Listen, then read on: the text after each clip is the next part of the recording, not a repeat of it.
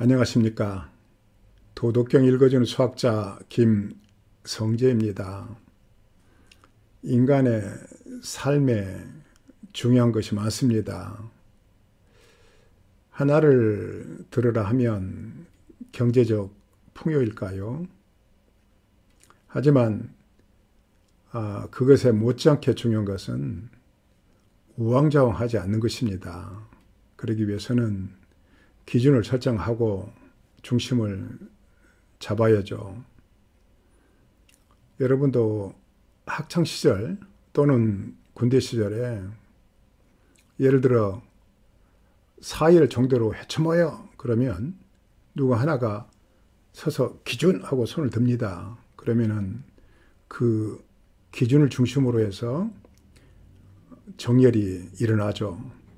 이처럼 기준을 설정하고 중심을 잡는 것은 우왕좌왕하지 않고 질서를 유지하는 길입니다. 노자도 기준과 중심에 대해서 여러 차례 이야기를 하는데 본 26장이 그 중에 하나예요. 절묘한 표현으로 이 군자의 다스리는 사람의 몸가짐을 이야기하고 있습니다. 원문을 볼까요? 중이 경근, 정이 좁은 무거움은 가벼움의 근본이 되고 고요함은 조급함의 우두머리가 된다. 가볍고 조급하기보다 무겁고 고요한 것이 훨씬 더 좋다라는 말이겠죠. 시, 성인, 종일행, 분리치중. 이로써 성인은 온종일 행해도 짐수레의 무거움을 벗어나지 않는다. 요 중자는 꼭 무거움만을 뜻하는 것은 아닙니다. 다 마치고 다시 돌아올게요. 수유, 영관, 연처, 초연. 비록 영화롭고 볼거리가 있을지라도 편안한 곳에서 초연하다. 그러니까 조급하게 나서지 않는다는 거예요.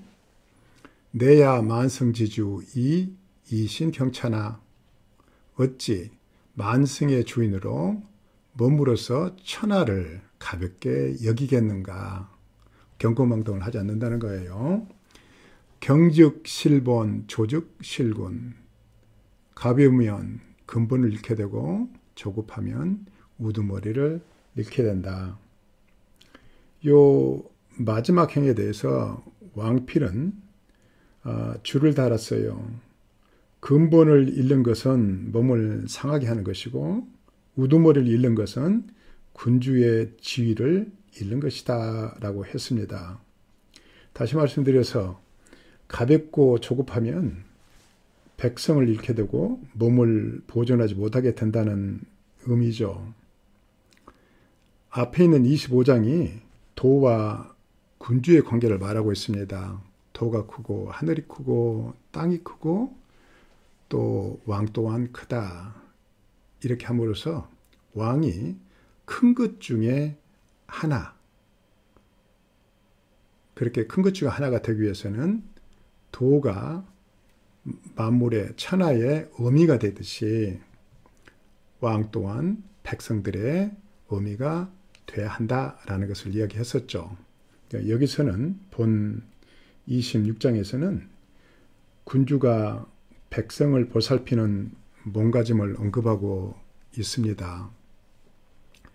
요 치중은요, 본 26장의 핵심 문구입니다.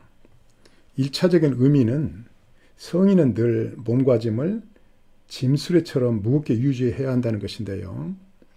그렇지만 중요한 것은 중심을 잡는 것입니다. 수레라는 말이 나와 있는데 무겁다는 것만을 이야기하려면 수레보다 무거운 게 많아요. 수레 정도는 힘이 좀 센 사람은 들고 옮길 수가 있어요. 그런데 예를 들어서 석탑도 수레보다 무겁고 태산은 훨씬 무겁죠. 이런 말을 쓰지 않고 수레의 무거움이라고 이야기한 것은 세상은 짐수레를 끄는 것과 같다라는 이야기를 하고 싶어서 이런 표현을 쓴 것입니다. 그러면 수레를 끄는 것 같다면은 그 수레를 누가 끌고 있으며 누가 탈 것인가? 끄는 사람은 물론 백성입니다. 그러면 지도자는 타고 있겠죠. 그러면은 짐수레의 무거움을 지키는데 무거움뿐만이 아니라 중심을 지켜야 하는 것입니다. 같은 무게의 짐을 실어도 싣는 방법에 따라서 짐수레를 끄는 일은 힘겨울 수도 있고 쉬울 수도 있습니다. 무게중심의 짐을 실으면 더 작은 힘으로 더 안전하게 짐수레를 끌 수 있겠죠. 결국 이 치중이란 말은요, 성인은 무거움을 지킬 뿐 아니라 무게 중심의 균형을 잡고 자리함으로써 스스로 몸을 보존할 수 있고 또한 백성들이 힘겨워하지 않게 한다는 의미를 포함하고 있습니다. 참으로 절묘하죠. 이 동서고금을 막론하고 이 학자들이 해설은요, 이 부분을 분리치중 이 부분을 무거운 수레를 떠나지 않는다. 수레 자체를 떠나지 않는다. 그러면서 이 종일 다니지만 수레를 떠나지 않는다. 그 이유로서 이 수레에다가 어떤 재물이라든가 또는 뭐 무기라든가 이걸 갖고 다니면서 떠나지 않는다. 그리고 또 어느 양반은 무슨 서울에서 이도령이 남원으로 춘향이를 만나러 갈 때 수레를 타고 갈 텐데 종들은 왔다 갔다 하겠지만 이도령은 수레를 떠나지 않겠느냐. 이런 비유를 들고 이런 설명을 합니다. 또 일부는 다른 학자들은 짐수레의 무거움을 떠나지 않는다. 자, 그러면 좀 더 어찌 보면 더 좋죠. 이게 무거운 수레를 떠나지 않는다라고 하는 것보다는 어찌 보면 좀 더 이해가 좋은 듯이 보입니다. 하지만 무거움은 중심을 잡고 균형을 유지할 때 그 무거움은 참된 의미를 갖는다는 것을 간과해서는 안 됩니다. 학자들이 보지 못하고 있는 것들이 그거예요.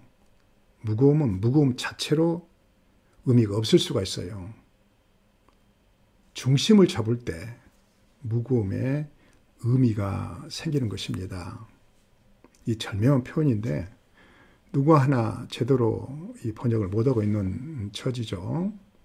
그래서 요 26장의 요지는 지도자가 묵직이 중심을 잡으면 백성들이 힘겹지 않게 된다라는 것입니다. 2500년 전 노자는 군주의 몸과점을 치중으로 표현했습니다. 군주의 치중은 스스로의 몸을 보존하고 백성들을 힘겹지 않게 하는 방법이죠. 현대 사회에서도 같은 이치가 적용됩니다. 지도자가 욕심과 사사로움을 드러내면 국가의 기강이 흔들리고 국민들의 짐수레는 중심을 잃게 되고 그 결과 삶이 힘겨워지게 됩니다. 개인의 삶은 어떠합니까? 자유와 자율이 허락되는 현대 사회에서 개인의 짐은 스스로 더하거나 덜어내면서 스스로 끌고 가야 합니다. 그래서 각 개인의 삶도 짐수레를 끄는 것과 같아요. 욕심과 사사로움을 앞세우면 수레에 실린 짐이 중심을 잃게 되고 결국 끄는데 힘겨워지죠.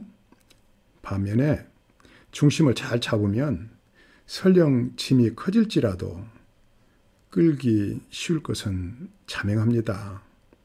이처럼 삶의 기준을 설정하고 중심을 잡는 것은 참으로 중요한 일입니다. 아니 그렇습니까? 시조 한 수로 마무리하겠습니다. 호불호. 나이 들면 하고파도 할 수 없다 하더라. 좋은 일, 싫은 일 서둘러 정하지 마라. 몸과 마음 다 하고 나면 무에 안이 좋으리. 감사합니다.